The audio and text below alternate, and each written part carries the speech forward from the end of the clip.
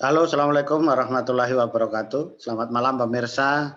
Hadir kembali dalam tanya jawab dari Dokter Sawit berkaitan dengan pertanyaan Bapak Ibu sekalian yang datang ke kami, baik melalui chat di channel YouTube maupun langsung ke WA di nomor sebelah saya ini. Jadi pertanyaan kali ini mengenai pupuk. Nah, ini to the point pertanyaannya, Pak, pupuk NPK yang terbaik untuk sawit itu apa? Wah, kan begitu. Yang terbaik ya gitu.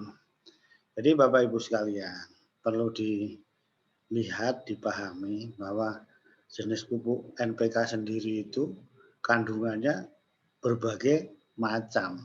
Nah, ini yang patut diketahui Bapak Ibu sekalian. Ada yang NPK-nya itu 15, 15, 15. Ada yang 16, 16, 16 ya gitu. Jadi kandungannya N-nya contoh yang 16, 16 tadi ya 16%, P-nya 16%, K-nya 16%. Kemudian apa namanya, ada yang lebih lengkap lagi. Ya, ada yang lengkap ya. Biasanya di kelapa sawit itu NPK, Mg sama boronnya. Nah, jadi ada pupuk yang lengkap, misalnya 13, 6, 27, 4, 0,65 B. Nah, itu jadi itu Mg-nya udah ada 4% kan gitu. Ada yang boronnya 0,65%.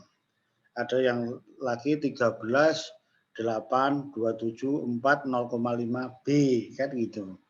Jadi jenisnya ada berbagai macam. Apakah yang lengkap ini juga yang terbaik? Pertanyaannya kan karena lengkap semua ada unsur yang dibutuhkan kan kira-kira gitu. Jadi pertanyaannya adalah pupuk yang terbaik adalah yang sesuai dengan tim rekomendator. Karena masing-masing tanah itu jenisnya berbeda, kandungan yang tercukupinya juga berbeda. Nah, bukan berarti yang nggak lengkap itu nggak bagus, bukan. Jadi ya memang kalau yang dibutuhkan pas yang itu, itulah yang sudah cukup. Karena kalau memang itu sudah cukup, kalau yang paling lengkap itu malah nanti mubazir. Jadi pupuk itu harganya mahal. Nah, jadi tetapi kalau yang memang kebutuhannya harus lengkap ya yang terbagus yang lengkap itu tadi. Nah, gitu. Jadi tergantung pada situasi tanahnya. Makanya harus diketahui. Tanyakan pada rekomendator. Jangan-jangan itu sudah yang 16, 16, 16 sudah cukup. Ya. Kenapa? Itu masing-masing itu nanti dihitung kebutuhan haranya berapa, dosisnya beda-beda. Dengan kandungan yang berbeda-beda, dosisnya juga berbeda-beda. Jadi kalau itu tergantung bagus tidaknya ya dosisnya tepat atau tidak gitu. Dihitung dulu gitu. Jadi terbaik itu dapat dikatakan tergantung pada dosisnya. Nah, kebutuhan di situ. Kemudian tidak berlebih. Ya, kalau tidak membutuhkan dikasih yang lengkap ya itu tadi saya ulangi lagi mubazir, jadi harus pas.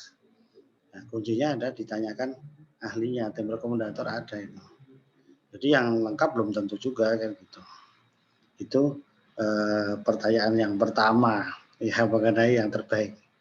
Jadi itu ya bisa menangkap yang terbaik ada yang sesuai kebutuhannya tanahnya gitu.